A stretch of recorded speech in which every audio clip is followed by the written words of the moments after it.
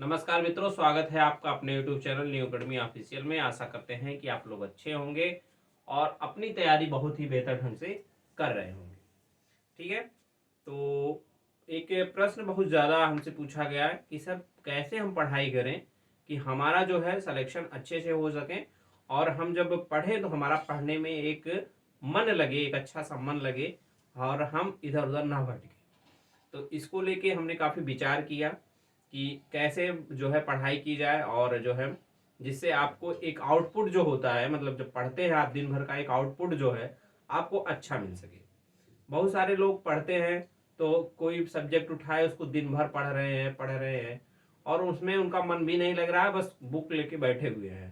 तो उस प्रकार की पढ़ाई भी आपको नहीं पढ़नी है कि एक सब्जेक्ट बहुत अच्छा कर लिए, दूसरा सब्जेक्ट हमारे पास 4 सब्जेक्ट हैं तो उस हिसाब से आपको जो है ध्यान में रखते हुए सारे सब्जेक्ट का जो है वेटेज जो है 4 सेक्शन में आपका बांटा हुआ गया है। हिंदी, रीजनिंग, मैथ और साइंस, जीके और कृषि। इस प्रकार से 4 सेक्शन में आपको बांट के एक सेक्शन 25% कवर करता है। तो हमको सारे सेक्शन को धीरे धीरे करके मजबूत करना होगा। ठीक है, जब सारे सेक्शन पे हमारी थोड़ी थोड़ी अच्छी पकड़ होगी तो हमारा सिलेक्शन हो जाएगा। ऐसा नहीं है कि आपने एक सेक्शन मजबूत कर लिया, 3 सेक्शन में आपको ज़्यादा जो है नॉलेज नहीं है तो आप नहीं सिलेक्शन पा सकते। तो एक जो है हमारी एक रणनीति होनी चाहिए कि किस सब्जेक्ट को कितना जो है हमको समय देना है। जैसे आपका हिंदी है, रीजनिंग है, मैथ और साइंस है, ये जितना आपको इन तीनों में पढ़ना है उतना आपको अकेले जीके और कृषि है, मतलब तीनों पार्ट जितना है आपका पढ़ने को अकेले जीके और कृषि है। अगर कोई छात्र ये करे कि पता चले वो जीके में ज्यादा समय देने लगे और तीनों सब्जेक्ट को ना समय दे तो ये गलत बात होगी। तो एक जो अच्छी रणनीति हमारी ये होनी चाहिए, हम तीनों सब्जेक्ट को इतना समय दें, ठीक है, इनमें हम अच्छा कर ले। इसमें अगर थोड़ा बहुत कम भी हमारा रहेगा तब भी हम अच्छा कर ले जाएंगे, क्योंकि आप जानते हैं हिंदी में भी बहुत ज्यादा पढ़ने को नहीं है, ना ही रीजनिंग में है। रीजनिंग में मतलब है ऐसा नहीं है, लेकिन आप समय देंगे ना तो आपका बहुत अच्छा रीजनिंग हो जाएगा। और वही मैथ और साइंस में भी वही चीजें हैं। मैं कह रहा हूं कि इन तीनों में जितना पढ़ने को है, जितना सिलेबस है, ये अकेले उतना सिलेबस है। इसमें हिस्ट्री है, जियोग्राफी है, मतलब कुछ भी ऐसा चीज नहीं है जो नहीं है, सब कुछ है। और पढ़ने को बैठ जाओगे तो इतनी मोटी बुक बन जाएगी वो, और जितना इन तीनों का शायद नहीं होगा। तो एक अच्छा जो रणनीति ही होना चाहिए कि तीनों को हम मजबूत कर ले। इसको भी समय दें, ऐसा नहीं है। इसको हम इस पे हम आएंगे एक एक सब्जेक्ट पे। देखिए, अब हम एक एक सब्जेक्ट को उठाते हैं और आपको बताते हैं। हिंदी में आप आएंगे, अगर मोटा मोटा जाएंगे तो कितना चैप्टर होगा सर? हिंदी में होगा 35 होगा। 30 से 35, 35 होगा। मान लीजिए 35 ले लेते हैं। 35 में 10 चैप्टर लगभग ऐसे होंगे जो हमको रटने होंगे। 25 सब्जेक्ट को पढ़ना है। जो आपको बताना समझाना वो बताया जा चुका है और अच्छे से बताया जा चुका है। लगभग हमें लगता है कि 50-60 वीडियो के आसपास हो चुके हैं। 50 वीडियो हो चुके हैं, ठीक है। और वो मिनट्स के जाएंगे तो किसी में 20 मिनट, किसी में 10-20 मिनट है, किसी में 15 मिनट है। तो इस हिसाब से किया गया, मतलब 35 चैप्टर ये है। रीजनिंग में भी हमें लगता वही होगा, 35 चैप्टर है, ठीक है। मैथ में आप आएंगे तो हमें लगता है 15-15 चैप्टर मैथ में है, जो कि पढ़ना है। पढ़ने को तो मैथ में बहुत कुछ है, लेकिन जहां से प्रश्न आएंगे वो 15 चैप्टर है मैथ के। और साइंस में तो तीनों साइंस है, लेकिन उसमें भी आपको वही कराया जा रहा जो आएगा। हमें लगता है साइंस में भी हम जाएंगे तो लगभग 25 से 30 चैप्टर तीनों के जो है भौतिक विज्ञान, रसायन और जीव विज्ञान में मिला के 30 नहीं, 30 तो थोड़ा मान लीजिए 35 से ज्यादा नहीं होगा, ठीक है। अब आप आइए इसमें, ठीक है। अगर हम जीके में भी बात करें तो हिस्ट्री में अकेले हमें लगता 50 चैप्टर होगा। हिस्ट्री हो गया, पॉलिटी हो गया, हिस्ट्री में, पॉलिटी में ऐसे आप जोड़ेंगे ना, मान लो जो 25 पॉलिटी आपका हो गया, ठीक है। जियोग्राफी में भी कोई लिमिट नहीं है, 30 चैप्टर तक जाएगा, ठीक है। हिस्ट्री, आपका पॉलिटी, जियोग्राफी, यूपी जीके 10 से 15 चैप्टर आप मान लीजिए इंपॉर्टेंट है। इंपॉर्टेंट कराया भी गया, मतलब ऐसे ऐसे करके आप जोड़ेंगे ना तो इसका आंकड़ा हमें लगता 200 के आसपास पहुंच जाएगा। 200 चैप्टर्स, और आप इनका जोड़ लीजिए जरा सा, 35, 70, 100 मान लीजिए टोटल। 100 से थोड़ा सा ज्यादा होगा, मतलब 120 चैप्टर, और 100 उसमें इम्पोर्टेंट है। 100 इम्पोर्टेंट है। ठीक है, तो आप देख सकते हैं कहाँ तीनों को मिला के आपको 120 चैप्टर कवर करना है, और चैप्टर वही मतलब इक्वल मोटे, मतलब इक्वल पेज के चैप्टर है, तीनों को जोड़ेंगे। इसका भी चैप्टर उसका चैप्टर दोनों सेम है, चैप्टर में नहीं अंतर है। ठीक है, तो मेरे कहने का मतलब आप यहाँ पे एक एग्जाम्पल के रूप में समझाने की मैं आपको बस ये कोशिश कर रहा हूँ कि इन तीनों में जितना पढ़ना है इसमें उससे ज्यादा अकेले पढ़ना है। तो हमारी रणनीति ये होनी चाहिए हम तीनों में अच्छा कर ले, क्योंकि बेटे सबका सेम है। मान लीजिए ये अगर आपका 25 नंबर का है, ये भी 25 का है, ये भी 25 का है, ये भी 25 का है, तो हम 100 150 100 120 चैप्टर पढ़ के 75 नंबर ले ले, ये बहादुरी है, ये चतुराई है कि 200 चैप्टर पढ़ के हम 25 नंबर उठाएं, ये चतुराई है। तो चतुराई आप तो समझ गए हैं कि इसी में है, ये तीनों को पढ़ने में है ना, जिनका ये तीनों कंप्लीट हो गया है वो अपना टाइम यहाँ देंगे। हाँ, इसमें टाइम दें। ठीक है, अब हम बता दिए कि मतलब चैप्टर कौन से टॉपिक में आपको ज्यादा मेहनत करना है। तो हिंदी, रीजनिंग, मैथ और साइंस में अच्छा, और अगर इन तीनों में भी बात करें तो हिंदी और रीजनिंग में आप अच्छा समझ दीजिए, क्योंकि मैथ और साइंस उस हिसाब से थोड़ा सा लंबा हो जाता है। ऐसा नहीं उसको छोड़ना नहीं है, लेकिन हिंदी और रीजनिंग डेली आपको अपने रूटीन में पढ़ना है।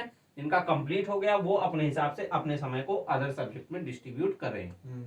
ठीक है, अब तो ये हो गया कि कौन सा मतलब कौन से टॉपिक हमारे लिए इम्पोर्टेंट है, मतलब कौन सा सब्जेक्ट पे, ये तो बात आ गई। अब लोगों को बात आती है सर हमारा पढ़ने, बहुत सारे लोग पूछ रहे हैं सर हमारा पढ़ने में मन नहीं लगता है, सर एक दिन पढ़ते हैं 4 दिन नहीं पढ़ते हैं, टाइम टेबल उनका थोड़ा सा खराब है। तो उस पर भी हम आते हैं और एक अच्छी रणनीति बताएंगे, मतलब जो आज के समय के हिसाब से जो कि एकदम सटीक बैठती है, उस पर हम आते हैं। अब पहले क्या क्या समय था जब हम लोग छोटी कक्षाओं में थे, हाई स्कूल इंटर तक, तब हम लोग भी कभी कभी मतलब ये करते नहीं थे कि एक दिन बैठे और ऐसे बना लेते थे ना। हाँ। आज 2 घंटा मतलब 4 बजे उठेंगे, 4:50 उठेंगे, 6 बजे तक हिंदी पढ़ेंगे। 6 बजे तक हिंदी पढ़ेंगे, पहले वाला था। ये ऐसा करते थे ना कि 4 बजे से 5 बजे तक हिंदी पढ़ेंगे, 5 बजे से 6 बजे तक 7 से फिर रीजनिंग हो गया। हाँ, तो इस हिसाब से बनाते थे। लेकिन क्या होता था कि 1-2 दिन ये फॉलो होता था, फिर दूसरे दिन हम 4 बजे ना उठ के उठते थे 6 बजे, तो फिर पढ़ने का फिर आगे मन नहीं करता था। तो ये तरीका बहुत पुराना हो गया, ये किसी का आज तक नहीं हमें लगता फॉलो हो पाया है। तो उससे अच्छा एक आज के जो दैनिक मतलब आज के समय के हिसाब से जो है, आप जैसे मान लीजिए ये आपके पहला हो गया, आपकी हिंदी हो गई, ठीक है, दूसरा रीजनिंग हो गया, तीसरा मैथ हो गया, चौथा साइंस हो गया, मैथ साइंस मिला के ही तीसरा पार्ट है, लेकिन यहाँ पे मान लीजिए, और पांचवा आपको जीके जीएस है। ये आपको इतना ही है, आपको ये पढ़ना है। तो आप क्या करिए, जैसे आज आप आज का दिन आपका समाप्त हो रहा, आप पढ़ रहे हैं, सोने जा रहे हैं, तो उससे पहले ही आप एक दिमाग में सोच लीजिए कि हम हिंदी में कल क्या पढ़ेंगे, हिंदी में क्या पढ़ेंगे और कौन सा चैप्टर पढ़ेंगे। सोच लीजिए यार, एक छोटी सी डायरी रखना। हाँ। उसमें लिख लेना कि आज सोते समय हाँ। कि हम कल जो है उठ के जो है हिंदी में ये टॉपिक कवर करेंगे, रीजनिंग में इसको पढ़ना है कल के डेट में, और मैथ में एक टॉपिक कंप्लीट करना है, ऐसे करना है। तो जैसे मान लीजिए हिंदी में आपको पढ़ना है, तो क्या पढ़ना, चैप्टर पे जाइए, फिर उस चैप्टर पे जाइए, देखिए क्या वो चैप्टर आपको एक दिन में पढ़ने लायक है। जो पढ़ चुके हैं उनके लिए तो एक दिन में आराम से एक चैप्टर कवर कर लेंगे, जो नहीं पढ़े हैं उसको अपने हिसाब से 2 दिन में बांट दीजिए। मैं आपको ये बताना चाहता हूं कि AGTA का जो आपका एग्जाम होगा वो मई के पहले तो किसी हाल में संभव नहीं है, मई जून के पहले किसी हाल में संभव नहीं है। मतलब आपका जो है लगभग आज की डेट से अगर हम देखें तो 150 दिन से कम आपके पास नहीं है, इससे कम नहीं है। 150 दिन है जो कुछ भी नहीं पढ़े हैं, आज की डेट में वो जीरो हूं, मैं बात कर रहा हूं, वो भी अपनी एक सीट पक्की करेंगे। ठीक है, हिसाब से पढ़ाया भी गया है कि आप कर सकते हैं आसानी से कर सकते हैं। जैसे हिंदी में आप आएंगे तो मान लीजिए आपको हिंदी में क्या पढ़ना है, वर्णमाला पढ़ना है, वर्णमाला पढ़ना है। और जो नए नए जो शुरुआत कर रहे हैं वो अपने चीजों को बांट बांट के पढ़े। जैसे हिंदी में जब आपको पढ़ाया गया है तो स्वर पढ़ाया गया है, फिर आपको व्यंजन पढ़ाया गया है, फिर उसके बाद जो और एक्स्ट्रा चीजें हैं, अघोष सघोष मतलब जो और चीजें हैं जो पूछी जाती हैं वो आपको बताया गया, उस हिसाब से आपको पढ़ाया भी गया है। आप ऐसे बांट के आप उसको एक बार वीडियो 20 मिनट का है, इसी उसको- हिसाब से पढ़ाया भी गया। पढ़ाने का मतलब यही था हमारा, जो आप लोग पूछ रहे थे तो वही है, इसीलिए ऐसे पढ़ाया गया है ताकि जो है आपको दिक्कत ना हो। जैसे स्वर एक क्लास में पढ़ाया गया है, व्यंजन एक क्लास में पढ़ाया गया है, आघोष सघोष एक क्लास में पढ़ाया गया है। जो शुरू से है, जीरो से है, वो एक एक क्लास ले सकता है एक दिन में। जो जिनको एक बार कहीं से पढ़ चुके हैं वो टोटल जो है एक ही दिन में ले वो सकते एक हैं। दिन में तीनों वर्ड, लेकिन हाँ टारगेट अपना फिक्स रखे, ये नहीं कि हमको कहाँ हम पढ़ने जब बैठे हैं तो हमारा मिशन मतलब हमारे दिमाग में होना चाहिए इतना पढ़ लेंगे तो हमारा हिंदी आज की डेट में कंप्लीट हो जाए, आज की डेट का जो हमारा टारगेट था हिंदी वाला कंप्लीट हो जाएगा। ये चीज जब होंगे तो एक सुकून मिलता है, उसको कंप्लीट करने के बाद बहुत अच्छा फील होता है, और कल का जो है टारगेट हमको सेट करने में, और कल एक हमारे पास एक एनर्जी रहती है कि हम कल किए थे तो आज भी हम कर लेंगे। इस रीजनिंग हिसाब भी से ऐसे करिए। पढ़ाया गया है। ऐसे आप रीजनिंग में करिए, रीजनिंग में पढ़िए कि सबसे पहले चैप्टर डिसाइड करिए कि हमको चैप्टर क्या पढ़ना है, फिर उसमें देख लीजिए टाइप कितने बनते हैं, कितने प्रकार के, या उसको कितना दिन आपको लगेगा पढ़ने में, तो उस हिसाब से टाइप को एक दिन के हिसाब से बांट लीजिए। हाँ, जैसे कोडिंग डिकोडिंग पढ़ाया गया है तो उसमें टाइप पहले तो पहली क्लास में बेसिक चीजें बताया गया है, कितने टाइप के बनते हैं। मान लो रीजनिंग इसमें कोडिंग डिकोडिंग में है तो बहुत टाइप है, लेकिन जो इम्पोर्टेंट टाइप है 5 से 6 टाइप जो है इम्पोर्टेंट है। अब उसी में आपको पढ़ना है। आज टारगेट बनाइए, फर्स्ट टाइप कवर करना है, सेकंड टाइप कवर करना है, कल इस तरीके से आप करेंगे। ठीक है, उसी हिसाब से मैथ में भी आएंगे। आप अपना चैप्टर पहले, सबसे पहले चैप्टर डिसाइड करिए, और चैप्टर में जाके उसी दिन आप जिस दिन अपना चैप्टर डिसाइड कर रहे हैं उसी दिन आप डिसाइड करिए कि इस चैप्टर में हम कितना दिन देंगे, फिर उस हिसाब से अपना टारगेट बना लीजिए कि आज हम इतना पढ़ेंगे। ऐसे हर सोने से पहले दिन का आपका टारगेट मतलब होना चाहिए आपके दिमाग में, उसको लिख ले। फिर उसी हिसाब से साइंस में मान लीजिए मात्रक पढ़ रहे हैं तो मात्रक में आप 2 दिन दे रहे हैं, तो 2 दिन में कितना कितना कवर करेंगे, फर्स्ट डे कितना कवर करेंगे, सेकंड डे कितना कवर करेंगे, ये है। मैं जीके जीएस में एक चीज आपको बताना चाहूंगा कि जीके जीएस में 2 से ज्यादा चैप्टर लेके ना पढ़ें। जैसे आप हिस्ट्री, अगर कोई अच्छा पढ़ चुका है तो हिस्ट्री जियोग्राफी ले ले, उसमें चैप्टरों को बांट ले, ठीक है, और साथ में कृषि को भी पढ़ते रहें। अगर कोई नया है तो इतिहास या कृषि ले सकता है, और किसी का और भी पढ़ने का मन करता है तो उसमें भूगोल भी ऐड कर सकता है, मतलब 3 चीजें एक साथ पढ़ सकते हैं। लेकिन 3 से ज्यादा चीजें एक साथ ना पढ़ें, क्योंकि ज्यादा चीजें पढ़ेंगे तो फिर आप परेशान हो जाएंगे।